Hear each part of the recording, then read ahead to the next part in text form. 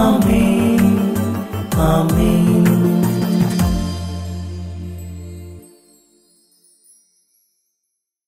യേശുവിൻ്റെ ഏറ്റവും പ്രിയപ്പെട്ട കുഞ്ഞെ, യേശയ്യ 60:15, യേശയ്യ 60:15, ആരും കടന്നു പോകാത്ത വിധം വെറുക്കപ്പെട്ടവളും പരിത്യക്തയുമായിരുന്നു നീ.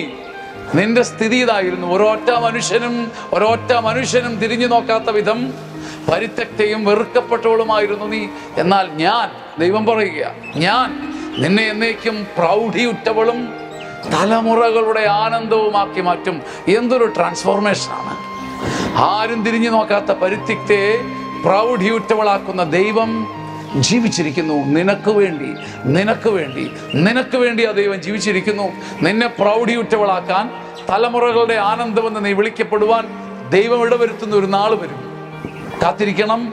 ആമേൻ. ആമേൻ. ആമേൻ.